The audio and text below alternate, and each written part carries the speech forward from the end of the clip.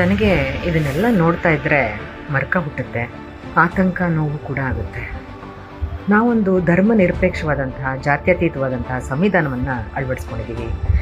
ಅದ್ರ ಕಡೆಗಿನ ನಡಿಗೆ ನಮಗೆ ಮುಖ್ಯ ಆಗಬೇಕಲ್ವಾ? ಧಾರ್ಮಿಕ ಆಚರಣೆ ಸಂಕೇತಗಳೆಲ್ಲ ಅವ್ರವ್ರ ಮನೆಯೊಳಗೆ ಇರಲಿ, ಅದೇನು ತಪ್ಪಲ್ಲ.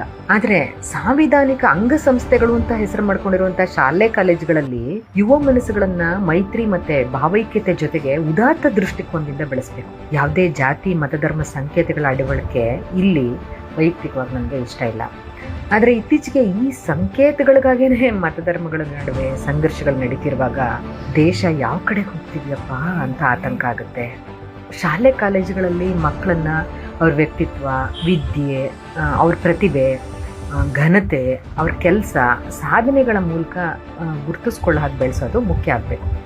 ಆದರೆ ಜಾತಿ ಮತಧರ್ಮಗಳ ಸಂಕೇತಗಳ ಮೂಲಕನೇ ತಮ್ಮನ್ನು ಗುರುತಿಸ್ಕೊಳ್ಳೋ ಸ್ಥಿತಿಗೆ ಜನಸಮುದಾಯ ಇಳಿತಿರೋದಲ್ಲದೆ ಮಕ್ಕಳ ಮೇಲೂ ಅದನ್ನು ಹೇರ್ತಾ ಇರೋ ಬಗ್ಗೆ ಮರ್ಕಾಗುತ್ತೆ.